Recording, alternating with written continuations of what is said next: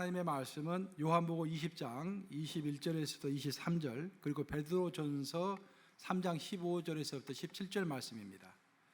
설교 제목은 침투, 도덕적 그리스도인이 비도덕적 사회에서 살아가는 방법이 되겠습니다.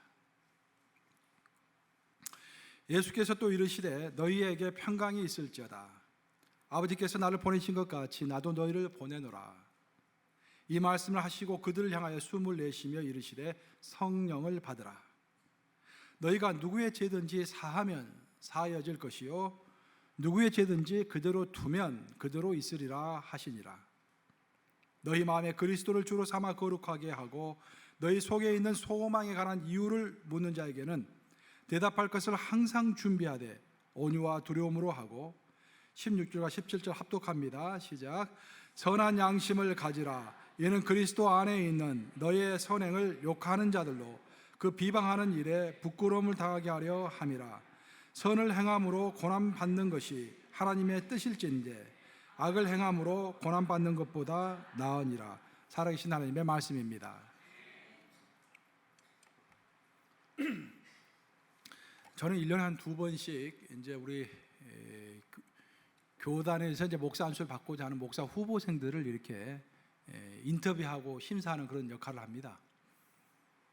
근데 이제 1년, 2년 이렇게 좀 오래 하다 보니까 이제 그들의 이제 어떤 사람이 합격하고 어떤 사람이 떨어지는가 그런 것들이 대강 이제 분별이 좀 돼요.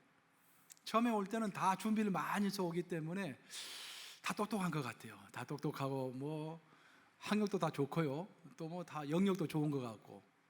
근데 이틀 밤낮을 이제 같이 먹고 자면서 인터뷰를 한 번만 하는 게 아니라 인터뷰를 여러 번 합니다. 여러 번 하다 보면은 이제 옥석이 가려지는 것이죠. 근데 제가 인터뷰를 많이 하면서 이제 알게 된 사실은 뭐냐면은 이 떨어진 사람들은 어떤 공통된 특징이 있다라는 것입니다. 대부분 떨어지는 사람들을 보면은요, 질문하는 사람이 무엇을 질문하는지를 정확히 잘 파악을 못하는 것 같아요. 그러니까 질문을 자세히 듣고 또 그 100% 이해하고 또 질문하는 사람이 듣고자 하는 답변을 해줘야 할 거 아닙니까?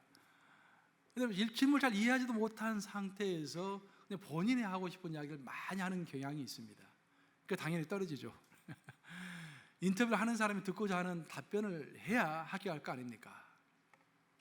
저는 이제 우리 신앙사도 똑같다고 생각해요. 우리 많은 성도들이 열심히 합니다. 보면은 나름대로 열심히 해요. 근데 누구의 말씀을 따라서 열심히 해야겠습니까, 여러분? 예수님의 말씀 따라서 열심히 해야 하는 거예요. 내가 아무리 열심을 낸다고 할지라도 있는 힘을 다해서 봉사를 하고 하나님을 섬긴다고 내 스스로 믿고 있을지라도 그것이 만약 예수님이 보고 싶어하는 봉사, 예수님이 듣고 싶어 하시는 그런 고백이 아니면 안 된다라는 거예요. 기도도 마찬가지입니다. 기도하는 것을 보면은 예수님이 듣고 싶어 하시는 고백이 있어요. 근데 그런 고백이 없이 그냥 기도를 내가 이것이 필요합니다, 저것이 필요합니다 라고 우리가 기도를 계속 이어간다고 한다면은 하나님께 감동이 없는 것입니다. 결국 감동점이 있어야 할 거 아니겠습니까? 제가 신앙생활을 쭉 하면서 느낀 게 뭐냐면은 우리 하나님이 진짜 기뻐하시는 게 있어요. 그것은 제 인생을 통해서 제가 배운 것입니다. 그간 쭉 살아오면서 수십 년간 살아오면서 신앙생활을 하면서 느낀 게 있는데 나 같은 사람이 어떻게 해서 목사가 되었는가? 내 삶을 돌아보면은 굉장히 잘못된 것들이 많지 않습니까? 죄도 많고. 근데 또 강단에 서서 설교도 하고요. 근데 보면 하나님께서 또 복을 주세요. 목회가 어려울 때는 금방 힘들 것 같은데 또 다 풀어 헤쳐나갈 길을 이제까지 주십니다. 그래서 한 20년 동안 이렇게 목회해 온 거 아니겠습니까? 이렇게 어려우면 또 길을 내주시고 또 내 개인적인 어려운 상황이 생기면은 막막한데 또 하나님께서 길을 열어주세요. 축복의 연속입니다. 그래서 여기까지 이렇게 온 거예요. 이렇게. 그럼 하나님께서 나 같은 사람을 왜 축복하시는가? 내가 곰곰이 한번 생각해 본 적이 있습니다. 근데 한 가지가 정확하게 짚히는 거예요. 그것은 뭐냐면은 내가 사실 자격은 없지만 하나님께 몇 번에 걸쳐서 고백을 했습니다. 어떤 고백을 했냐면은 하나님 사랑합니다. 내가 죽는 그날까지 하나님의 일을 위하여 일을 하다가 하나님을 위해서 일을 하다가 죽겠습니다 라는 고백을 몇 번 했어요. 특별히 1999년도 여름에는 제가 들판에 나갔었는데 그 성령에 이끌려서 내 힘으로 한 게 아니죠. 내 입에서는 두 마디 말밖에 나오질 않아요. 눈에서는 계속 눈물이 흐르고, 그런 경험도 처음이었어요. 계속 가자마자, 들판에 가자마자 눈물이 막 흐르는데 입에서는 딱 두 가지 말만 나오는 것입니다. 하나님 사랑합니다. 내가 죽는 그날까지 하나님을 위해서 일하다 죽겠습니다. 계속 고백한 거예요. 뭐 1시간을 했는지 2시간을 했는지 모르겠어요. 한참을 하고서 이제 돌아오는데 그때 하나님께서 저를 목회자로 부르셨어요. 너는 내가 풀타임으로 불렀다라고 말씀해 주셨어요. 저는 파타임이라고 생각을 했습니다. 그러니까 내 직업을 가지고 교회에서 장로로서, 권사로서, 집사로서 열심히 섬기겠다, 그런 생각을 항상 가지고 있었어요. 근데 하나님은 너는 그런 파타임이 아니라 온전히 풀타임으로 일을 해야 할 사람이다 라고 말씀했어요. 3년 반을 거쳐서 그 말씀을 분별했는데, 결국 제가 그때가 제일 많이 생각납니다. 내가 하나님 앞에서 고백드렸던 것, 내가 하나님을 사랑합니다, 죽는 그날까지 하나님을 위해서 일하다가 죽겠습니다. 하나님은 그 고백을 듣기를 원하셨던 거예요. 그 고백 때문에 지금도 축복해 주고 있을 줄로 저는 믿습니다. 여러분의 삶도 저는 마찬가지로 생각해요. 내가 하고 싶은 거 열심히 하는 것은 쉽습니다. 그렇죠? 근데 하나님이 뭘 원하시는가, 예수님은 나에게 뭘 원하시는 것을 분별해서 열심을 내는 사람은 그 사람이 현명한 사람일 줄로 믿습니다. 우리가 현명한 사람이 돼야 돼요. 최근에 한국에서는 보면은 지금 보수 기독인들이 길거리에 나와가지고 시위를 하는 것 때문에 말들이 많다고 합니다. 이 교회마다 이제 논쟁이 붙었고, 목사님들마다 논쟁이 붙었고, 또 성도들 사이에도 논쟁이 붙은 것 같아요. 과연 기독인들이 길거리에 나와가지고 시위를 하는 것이 옳으냐, 틀리냐? 여러분 어떻게 생각하십니까? 답변하기 어렵죠? 사실 미국은 이미 1970년도에 이런 문제를 이미 다 해결했습니다. 미국은, 지금 현재 미국은요, 가장 복음적이고 가장 보수적인 기독교인들은 목사님을 위시해가지고 전부 다 투표를 열심히 합니다. 그래서 그들이 투표를 열심히 해가지고 당선된 대통령이 바로 레이건 대통령, 부시 대통령, 트럼프 대통령입니다. 그들의 입장은 심플해요. 성경적인 가치관에 따라서 정치를 할 용의가 있느냐? 그 용의가 있다면 우리가 몰표를 주겠다. 그래서 트럼프 대통령 같은 경우도 White American Evangelicals, 그러니까 복음주의자들 중에서 보수주의자 그리고 백인들이 무려 80%가 표를 줬습니다, 트럼프한테. 그래서 인격적인 결함은 사실 많이 있지만 그걸 보고 이제 성경 말씀대로 하겠다라는 그 말씀을 바꿔서, 약속을 바꿔서 몰표를 몰아준 거예요. 그래서 미국에서의 기독교인들은 이 정치사에 참여하는 것을 당연하게 생각합니다. 왜? 그것이 하나의 방법이기 때문에, 세상을 바꾸는 방법이기 때문에. 사실 우리 아이들은 우리 교회에 오면은 전부 창조를 배우죠. 창세기를 배우면서 하나님이 천지를 창조하셨다라는 창세기를 배웁니다. 그리고 너는 기도해야 한다고 기도 오래 가르쳐주고 열심히 성경 읽어라라고 가르칩니다. 근데 우리 아이들이 학교에 가면은요, 공립학교에 가면은 정반대로 상황은 돌아갑니다. 창조론 배우잖아요. 전부 진화론 배웁니다. 그리고 공개적으로 기도할 수 없고요, 공개적으로 성경을 낭독할 수가 없습니다. 법으로 제정되어 있기 때문에 할 수가 없는 거예요. 이 민주주의 사회에서 이 법을 바꿀 수 있는 방법이 뭐겠습니까? 그것은 투표밖에 없어요. 지금 현재 상황을 바꿀 수 있는 길은 법을 바꾸는 길밖에 없는데, 법을 바꾸기 위해서는 우리가 투표를 열심히 해서 하나님을 믿는 사람들을 뽑아야 하는 것입니다. 이처럼 우리가 투표하는 것, 또 길거리에 나가서 시위하는 것, 이런 것을 통해서 사회 정의를 실천하고 또 하나님의 나라를 넓혀가는 것이 결코 나쁜 것이 아닙니다. 이것을 어찌 보면 성경적인 방법이라고도 할 수가 있겠죠. 하지만 성경은 이런 방법을 훨씬 뛰어넘는 보다 근본적인 방법을 아주 강조해서 누누이 가르칩니다. 그리고 우리는 그것을 알아야 합니다.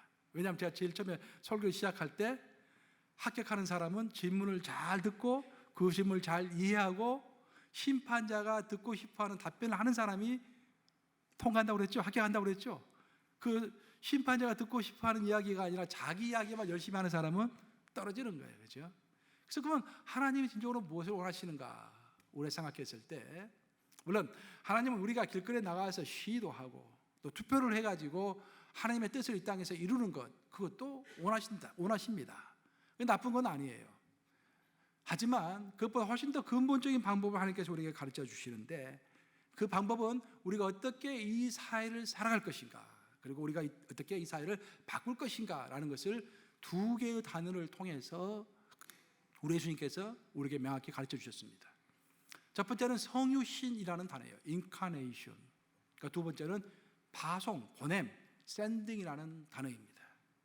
이 두 단어를 통해서 우리 하나님은 우리가 오늘날 21세기에 어떻게 이 사회에서 발을 딛고 살아가야 할 것인가, 어떻게 우리가 신앙생활을 해야 할 것인가를 명확하게 가르쳐 주신 거예요. 자, 우리 함께 요한복음 20장 21절 오늘 본문 말씀인데 함께 같이 읽어보겠습니다. 시작. 예수께서 또 이르시되 너에게 평강이 있을지어다. 아버지께서 나를 보내신 것 같이 나도 너희를 보내노라 라고 했습니다.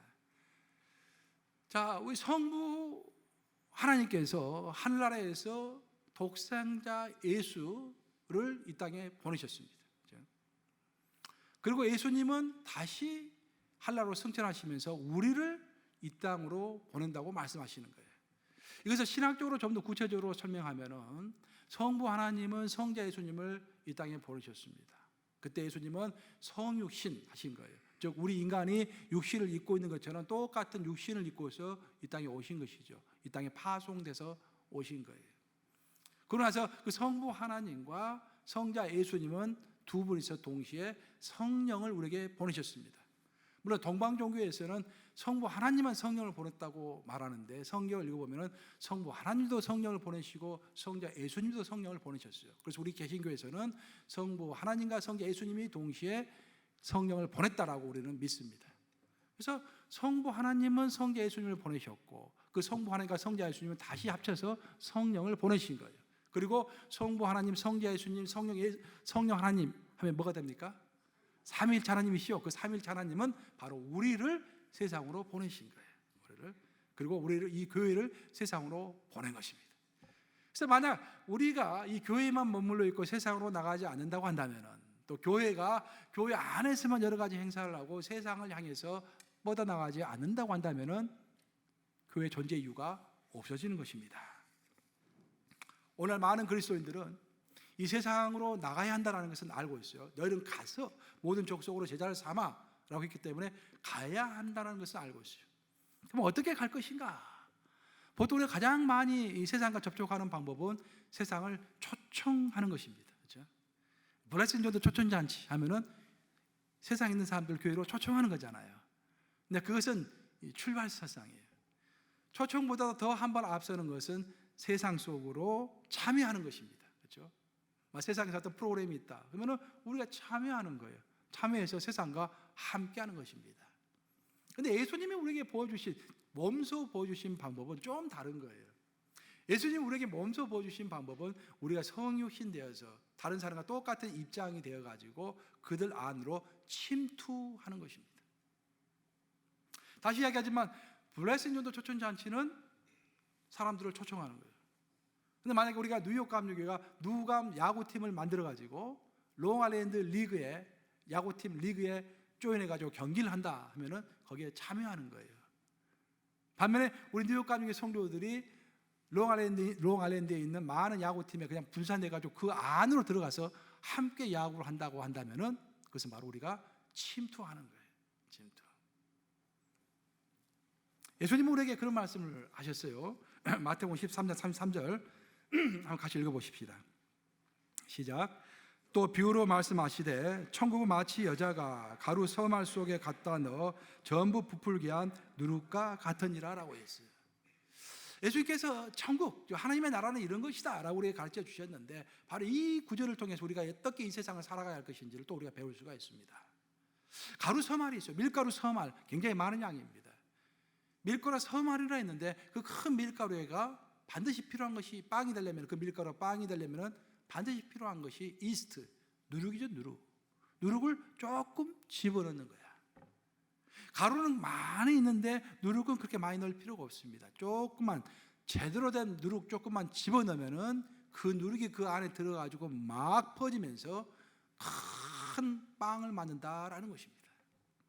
그것이 예수님께서 우리에게 설명하신 우리가 이 땅을 살아가는 방법입니다. 예수님께서 말씀하신 가루 서말, 밀가루 서말은 이 세상을 이야기하는 거예요. 이 세상은 엄청나게 크죠. 이 가루 서말에가 누룩이 들어가야 돼요. 누룩이 들어가야만이 우리가 먹을 수 있는 빵이 되는 거예요. 하나님께서 원하시는 빵이 되는 것입니다.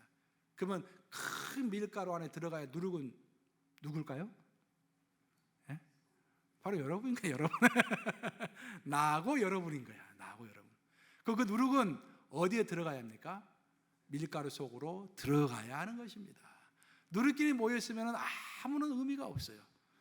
누룩 그릇에서 떼어서 가루 서말 안으로 들어가는 것입니다. 침투하는 거예요. 침투해서 막 변화시켜 가는 것입니다. 결국 우리가 사회주의자로는 사회주의자, 공산주의자 그런 말들이 많이 나오는데 참 저는 이런 말들 별로 하기는 원하지 않는데, 이 소교라는 것이 또 세상을 설명해야 하는 거 아니겠습니까? 세상 속에서의 컨텍스트 속에서 또 하나님의 진리가 선포되야 하니까 세상을 말하지 않을 수가 없어요. 오늘날 전 세계적으로 사회주의자들이 많이 득세를 하고 또 공산주의까지 막 거론이 되는 그런 시대를 우리가 지금 살고 있습니다. 근데 처음에 공산주의자들이 시작할 때, 사회주의자들, 공산주의자들이 시작을 할 때는 길거리 데모를 많이 했습니다. 근데 길거리 데모를 아무리 해도 세상이 별로 변하지 않아. 사람을 많이 모아가지고 요란스럽게 북을 치면서 데모를 하면은 사람들이 관심을 많이 쏟긴 쏟습니다. 하지만 관심을 가질 뿐이지 그들이 변하지는 않는 거예요. 그래서 그 사람들이 생각합니다. 앉아서 생각합니다. 어떻게 해야 이 세상이 변할까? 방법이 있다. 우리가 위장 취업을 해서 노동자들을 사상교육시키자. 그래서 직장으로 침투하는 거예요. 직장으로 침투해가지고 노동자 한 명을 딱 불러다 놓고 같이 먹고 같이 일하면서 친해져가지고 딱 한 명을 불러다 놓고 사상교육을 시키는 거예요. 한 사람 교육시킬 때는 시간이 많이 걸리죠. 그 한 사람을 제대로 된 누룩으로 만드는 거예요. 그 사람이 교육을 받고 완전히 변화된 다음에 또 다른 사람을 다른 사람에게 가서 또 사상교육을 시키는 거예요.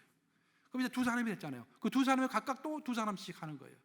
그런 식으로 첫 출발은 시동은 늦게 걸리지만 한 번 제대로 변화된 사람을 한두 명 만들어 놓으면 그 다음부터는 기하급수적으로 막 퍼지는 거예요. 이게. 그것을 예수님께서 말씀하신 거예요. 사실 이것은 공산당의 방법이 아니라 바로 예수님의 방법입니다. 예수님은 많은 군중들이 있으셨지만 항상 누구와 함께 하셨습니까? 12제자와 함께 하셨죠. 12제자와 같이 먹고 같이 지내고 같이 일하면서 그들을 온전한 누룩으로 만드신 거예요. 그들이 온전한 누룩이 되니까 전 세계가 변화된 것입니다. 우리 예수님이 보고 싶어하는 것은 바로 그런 거예요. 우리가 아무리 열심을 내서 열심히 봉사하고 일한다고 할지라도 우리가 정말 누룩 같은 전염성 있는, 전파성이 있는 제자가 되지 않는다고 한다면은 그 인터뷰에서 떨어지는 것입니다. 예수님이 원하시는 답변은 그런 답변이에요. 우리 예수님이 원하는 삶은 그런 삶입니다.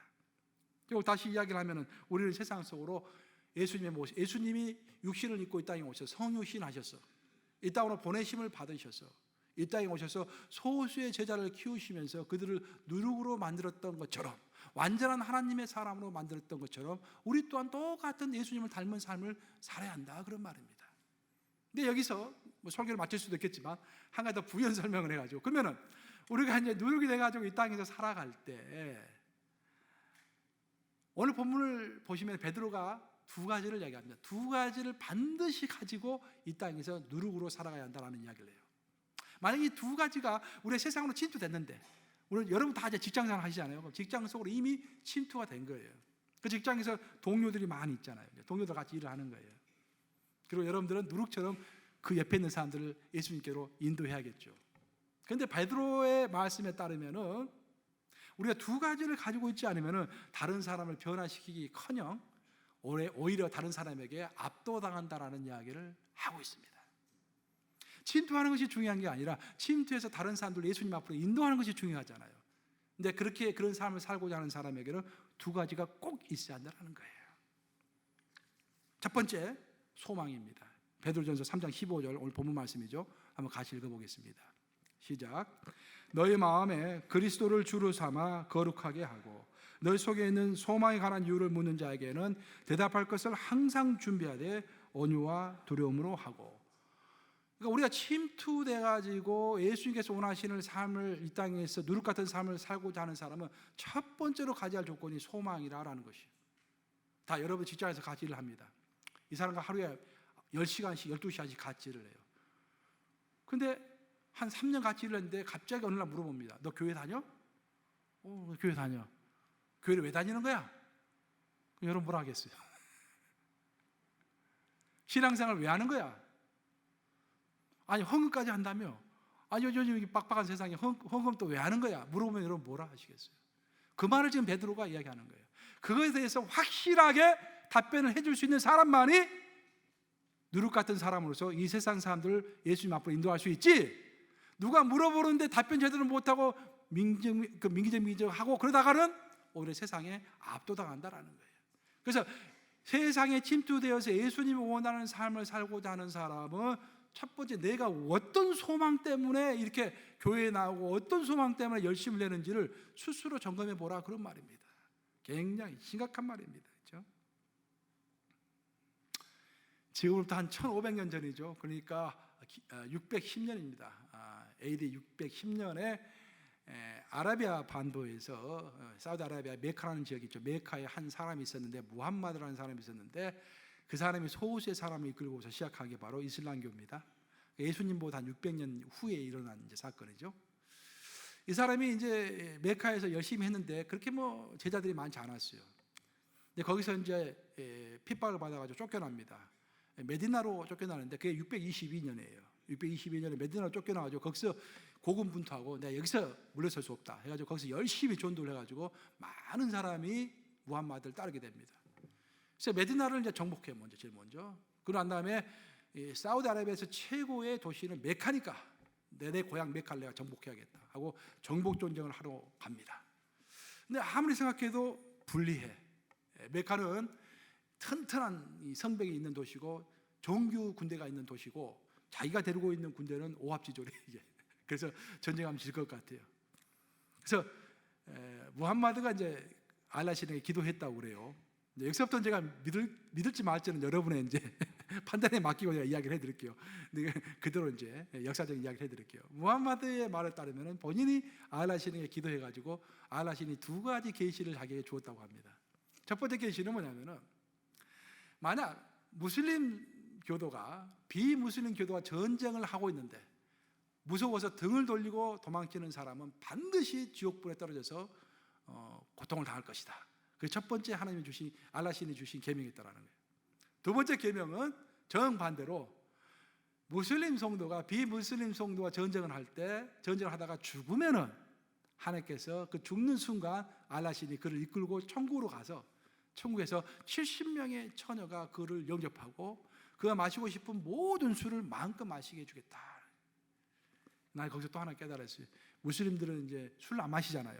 술을 마시고 싶은가 봐요.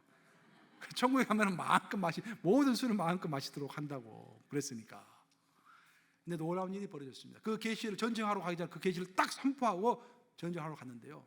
그때부터 무슬림 성도들은 전쟁을 하면서 죽으면 죽었지 절대로 후퇴하는 법이 없어졌습니다.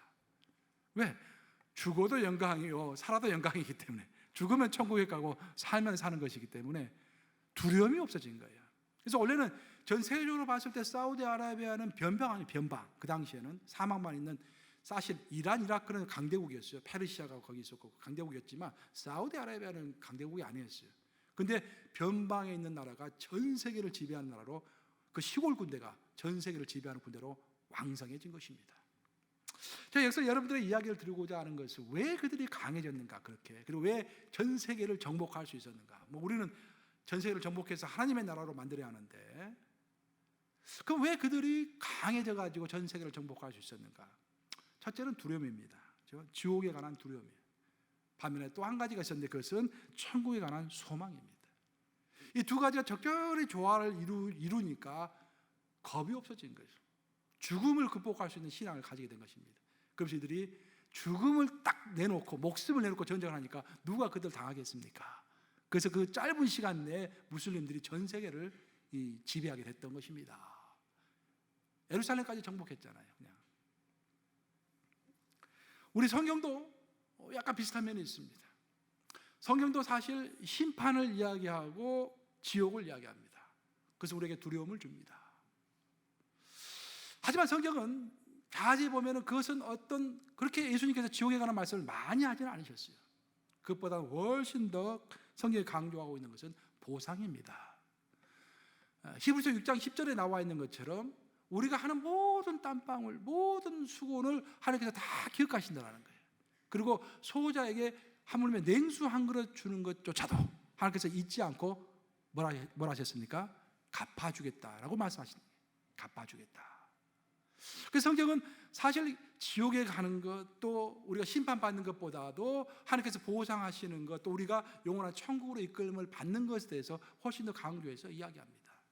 하지만 우리가 복음서를 자세히 읽어보면 예수님은 그것보다도 훨씬 더 강조한 것이 있는데, 그것은 내가 예수님 안에, 예수님이 내 안에 있는 예수님과 나 사이의 사랑을 굉장히 강조합니다. 그 사랑이 모티베이션이 돼가지고, 그 예수님을 향한 그 사랑이 동기가 돼가지고 열심히 신앙생활을 하는 것, 그것은 하나님께서 기뻐 받으신다는 말씀하십니다. 그리고 더 나아가면은 신약성경 전체를 꿰뚫어서 읽어보면은 예수님과 우리 사이에 가장 중요한 것은 뭐냐면은 우리가 죽고 난 다음에 영원한 천국, 즉 새하늘과 새 땅이라고 그러죠. 영원한 천국인 새하늘과 새 땅에서 예수님을 우리가 만나는 것입니다. 그래서 우리는 영원한 천국에서 예수님을 만날 그날을 기다리는 그 소망 가운데서 이 땅에서 열심을 내는 거예요. 한마디로 말하면 성경이 말하는 소망이 무엇이냐? 너는 어떤 소망 가운데서 교회에 출석하느냐? 너는 어떤 소망 가운데서 그렇게 열심히 봉사를 하느냐? 라고 누가 묻는다면 우리는 죽음 이후에 있을 또 다른 세상을 언급해야 할 줄로 믿습니다. 그것은 바로 영원한 세상이에요. 그리고 그 영원한 세상에 들어가기 위하여 우리는 지금부터 그 영원한 세상을 바라보면서 준비해 나가는 것입니다. 우리 예수님은 두 가지를 말씀하셨어요. 우리 기독인은 항상 바이포컬, 두 개의 포커스를 가져야 한다고 말씀하셨어요. 하나는 우리가 밟고 있는 이 세상은 결코 우리 포기할 수 없습니다.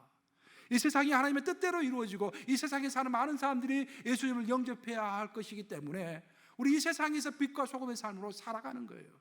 이 세상에 나서 시위도 하고 데모도 하고 투표도 하는 것입니다. 우리가 버릴 수 없는 한 영역입니다. 하지만 동시에 그것이 전부가 아니라는 거예요. 우리는 이 땅에서 정치 참여도 하고 사회 참여도 하지만 보다 근본적으로 영원한 세상을 바라보면서 그 땅을 지금부터 준비해 가는 것입니다. 그래서 그것을 바이포컬, 두 개의 포커스를 가지고 살아가는 사람이다라고 기독인을 정의하는 것입니다. 그래서 저는 요즘 한국에서 보수 기독인들이 길거리에 나가는 것이 맞냐 틀리냐 가지고 논쟁한다는데 나는 좀 약간 이해가 안 돼요. 그것도 필요하고, 한편은 목사님들 그렇게 이야기하는 거예요. 우리 성도는 교회 안에서만 있어야 한다는 거예요. 그것은 반쪽만 맞는 거예요. 또 어떤 목사님들은 교회보다 바깥으로 나가야 한다는 것을 강조한다는 거예요. 그것도 절반만 맞는 것입니다. 두 개 다 필요할 줄로 믿습니다. 우리는 영원한 세상을 바라보면서 그 세상을 준비하면서 살아가겠지만 동시에 이 땅도 포기할 수 없는 세상이기 때문에 기독인의 가치관을 가지고 정치할 수 있는 사람들을 적극적으로 투표하고 우리의 의견을 적극적으로 개진하고 이 땅이 어찌하든 간에 이 모든 법들이 하나님을 경배하는, 하나님께 영광 돌리는 법으로 바꾸어 나가야 하는 것입니다.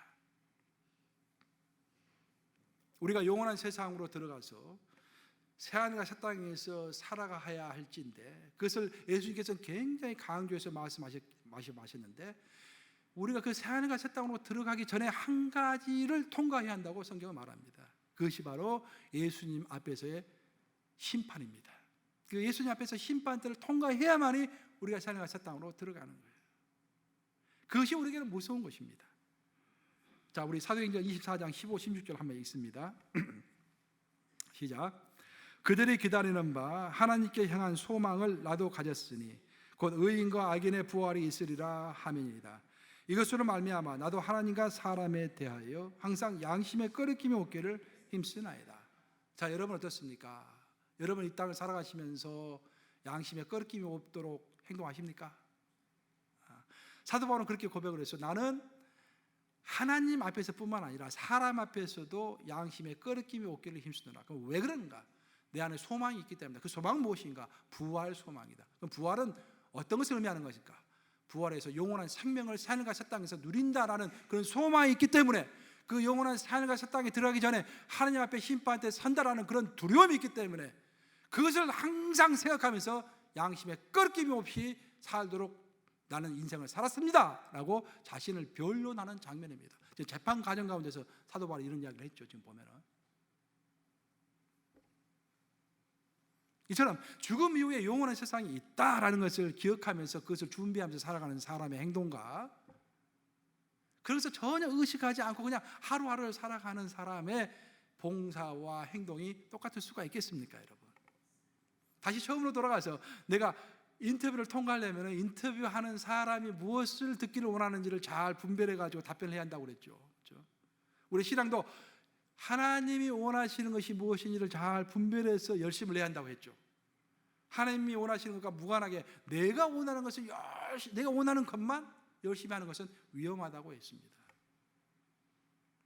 네, 우리 예수님께서 원하시는 것은 이 땅에서 양심에 끄러김 없을 정도로 살아가기를 원하시는 거예요. 그래서 하나님의 심판대를 무사히 통과하는 것입니다. 그리고 사령과 새 땅에서 우리 하나님과 영원한 삶을 살아가는 것입니다.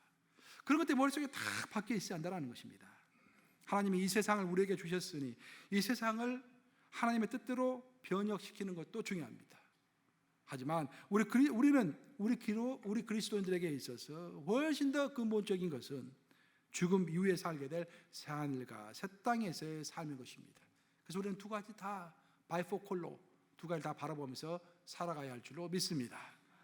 예수님은 산상수훈에서 유명한 말씀하셨잖아요. 마태복음 6장 20절입니다. 한번 같이 읽어보겠습니다. 마태복음 6장 20절 시작.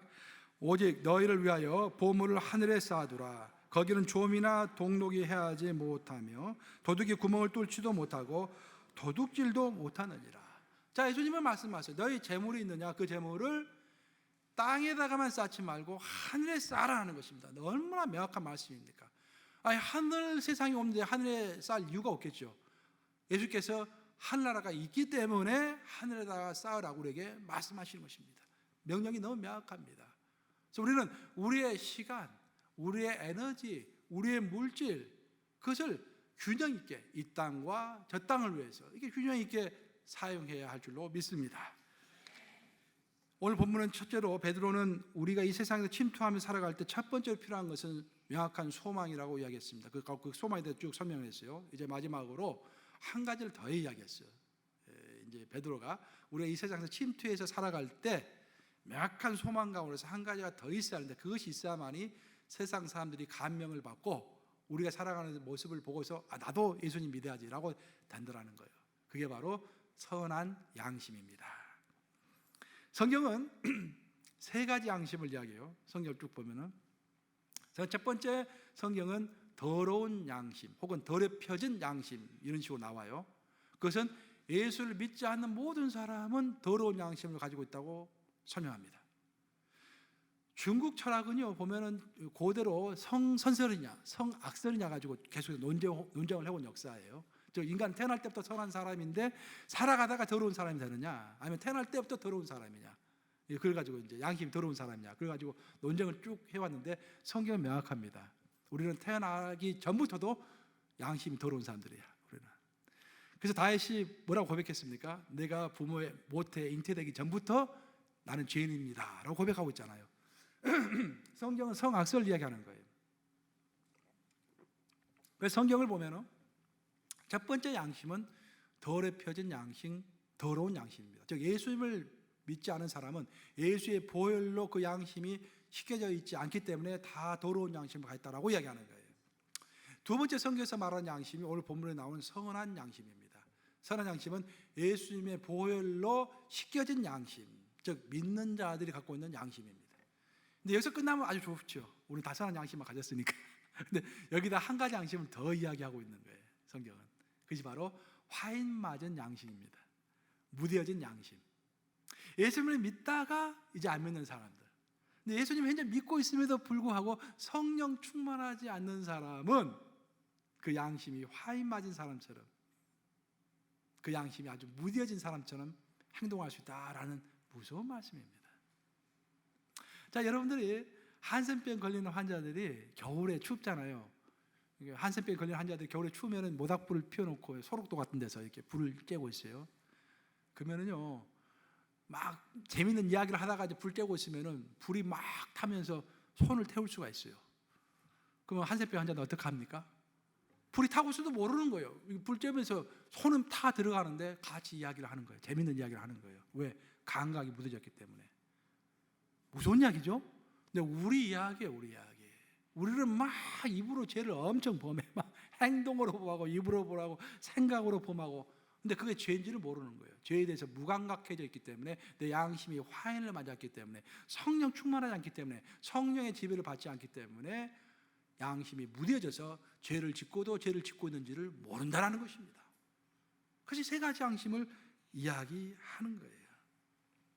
이래서 우리가 결론적으로 알 수 있는 것은 뭐냐면, 우리 믿는 자들은 두 가지 양심 중에 하나를 갖는다라는 것입니다. 즉 선한 양심을 가질 것이냐, 더러운 양심은 아니죠. 우리가 이미 예수님 믿고 있으니까. 우리는 선한 양심 아니면은 화인 맞은 양심, 둘 중에 하나예요. 자, 옆에 분과 한번 마주 보세요.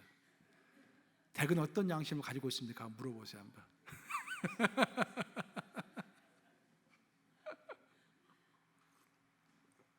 심각한 이야기입니다. 집에서 우리가 TV를 볼 때 항상 이 논쟁이 붙죠. 아버지는 풋볼을 보고 싶어하고, 엄마는 드라마를 보고 싶어하고, 이 딸들은 이 아이돌이 나오는 음악 프로를 보고 싶어하죠. 그럼 누가 원하는 것을 보겠습니까? 리모컨 갖고 있는 사람이 원하는 걸 보겠죠. 리모컨을 누가 쥐고 있느냐가 이게 아주 중요합니다. 그렇죠? 우리는 리모컨을 통해서 기계를 움직입니다. 그렇죠? 그런데 여러분들, 우리 하나님도요, 리모컨을 사용하셔서, 그분의 리모컨을 사용하셔서 우리의 양심을 자극합니다. 보세요. 선지자 발람이 있었습니다. 발람은 하나님을 알았어요. 선지자가 누굽니까? 하나님을 따르는 사람이 선지자 아닙니까? 오늘날 말하면 목사죠. 선지자 발람입니다. 그래서 이름이 선지자 발람이에요. 근데 발람이 이스라엘을 저주해 주시오라고 하는 이방 민족의 부탁을 받고서 마음이 혹했습니다. 그 모든 것을 하나님이 다 보고 계셨어요. 그래서 발람을 움직이시려고 하나님의 리모컨을 딱 눌렀습니다. 그리고 발람의 양심을 딱 자극을 했어요. 발람의 양심의 자극을 받았습니다. 조금 망설였어요. 근데 에라 모르겠다. 이렇게 돈을 많이 준다는데 내가 이스라엘 민족을 저주해야겠다 라고 저주를 하려고 했어요. 하나님이 바쁘셔가지고 놀래가지고 리모컨을 한번 좀 세번 팍 눌렀어요. 이렇게 그 양심이 자기 팍 왔을 거 아니에요. 그러면 발람이 깜짝 놀래고 하나님 잘못했습니다 그렇게 할 거 아니에요. 근데 끝내 참은 거예요, 발람이. 그리고 끝내 손을 들어서 이스라엘 민족을 저주하려고 하는데 하나님이 막으신 거 아닙니까? 요나는 어떻습니까? 요나. 하나님이 요나를 니느웨로 가라고 그랬죠. 근데 요나는 하나님의 명령에 위반해서 반대로 정반대 방향인 다시스로 갑니다. 오늘날로 말하면 스페인으로 가버린 것이죠. 그때 하나님은 리모컨을 딱 들어가지고 요나의 양심을 자극합니다. 그 요나에게 부드럽게 이야기합니다. 야, 저 니느웨 사람들 봐라. 뭐 니느웨 성은 엄청나게 잘 사는 멋있는 성이지만 잘 살면 뭐하냐? 이들 죽으면 다 지옥 갈 건데 불쌍하지 않냐? 이 불쌍한 사람들에게 좀 복음을 전해라 라고 양심을 자극합니다. 요나가 그걸 따랐습니까? 따르지 않았어요. 마지못해 나중에 따랐지만 나중에 결국 또 하나님을 불평합니다. 양심이 그만큼 많이 무뎌진 상태에 있는 것이죠. 가룟 유다는 어떻습니까? 가룟 유다가 처음에 예수님을 배반하려고 했을 때 예수님이 그것을 알았습니까? 몰랐습니까? 아셨죠? 예수님이 막 리모컨 누르신 거예요. 가룟 유다에게 말도 하고 막 리모컨 누르신 거예요. 가룟 유다 양심 자극을 받았어요. 하지만 그냥 그 자리를 피해버렸습니다. 양심 자극을 계속 받으니까 거기에 있지 않고 그 자리 자체를 아예 피해버린 거예요. 그리고 자기 멋대로 했습니다. 그리고 그 결과는 자살이었습니다. 성경을 읽어보면 데마라는 사람이 나와요. 사도 바울은 죽기 직전에 그냥 죽으면 좋았을 건데 죽기 직전에 자기를 이제까지 괴롭혔던 사람들, 또 자기를 또 많이 도와줬던 사람들 이름을 또 다 나열하고 또 돌아가셨어요. 우리 사도 바울 선생께서. 근데 그 중에 하나가 데마입니다. 데마는 한때는 나를 열심히 따랐지만 결국 세상을 사랑하여 나를 떠났다라고 이야기해요. 데마가 한때 사도 바울을 스승으로 모시고 함께 할 정도였고, 사도 바울이 그의 이름을 죽기 직전에 언급했을 정도면 얼마나 또 사도 바울이 수제자로 여겼겠습니까? 그죠? 그리고 얼마나 그 양심을 자극하면서 살아갔겠습니까? 근데 그 양심의 자극을 받아들이지 않고 끝내 세상으로 도망해버린 거예요. 그것이 너무 안타까워가지고 사도 바울은 죽기 직전에 데마라는 이름을 언급하고 죽잖아요. 자, 그러면은 이제 지금은 여러분은 어떻습니까? 자, 여러분 지난 일주 동안 생활하시면서 양심의 자극을 몇 번 받았습니까? 좀 생각해 보세요. 만약 여러분들이 지난 일주 동안 생활하시면서 양심의 자극을 한 번도 받지 않았다고 한다면은 여러분의 양심이 지금 화인 맞아 있는 거예요. 얼마나 우리가 양심의 자극을 받을 일이 많습니까? 그렇죠? 미국에서 벌어지고 있는 일, 한국에서 벌어지고 있는 일, 내 직장에서 벌어지고 있는 일, 내 교회에서 벌어지고 있는 일, 얼마나 양심을 괴롭게 하는 면들이 많습니까? 나는 어제 저녁에도 양심에 괴로웠어요. 어떤 일이 있어가지고 이메일을 받아보고 그러면서 여러 괴로웠습니다. 1부 설교할 때는 힘들었어요. 2부 설교할 때 또 낫네. 양심이 살아있어야 하는 거예요. 그렇죠? 자극을 받아야 하는 거예요. 근데 내가 지금 지난 2주 동안 양심의 자극을 몇 번 받았습니까? 라고 물어봄에도 불구하고 목사님 도저히 생각이 안 나는데요 하면은 큰일 난 거예요. 여러분, 양심이 지금 묻어져 있는 것입니다. 화인 맞아 있는 거예요. 이제 말씀 마무리합니다. 우리 기독인들은 세상으로 보내심을 받은 사람입니다. 즉 세상으로 침투된 사람입니다. 근데 오늘 베드로 사도는 그냥 우리가 세상으로 침투되는 것이 중요한 것이 아니라 침투된 사람은, 특공대로서 이 세상에 침투된 사람은 반드시 두 가지 무기를 가지고 있어야 한다고 이야기했어요. 첫 번째 무기는 소망입니다. 확실한 소망. 누가 물어보면 확실하게 답변할 수 있는 소망. 두 번째는 깨끗한 양심. 그 선한 양심, 깨끗한 양심이 없으면 내가 아무리 내 소망을 휘황찬란하게 설명하고 내가 아무리 열심히 해도 다른 사람들에게 감동을 줄 수 없는 거예요. 그렇죠? 우리를 보면서 예수님을 믿을 것인가 믿지 않을 것인가 다른 사람들이 결정할 거 아닙니까? 우리가 확실한 소망을 말할 수 있고 우리가 정말로 선한 양심에 따라서 행동한다면 바로 우리가 예수님의 통로가 될 줄로 믿습니다. 그런 삶을 살아가시는 저와 여러분 되시기를 우리 주님의 이름으로 축복합니다. 기도하시겠습니다.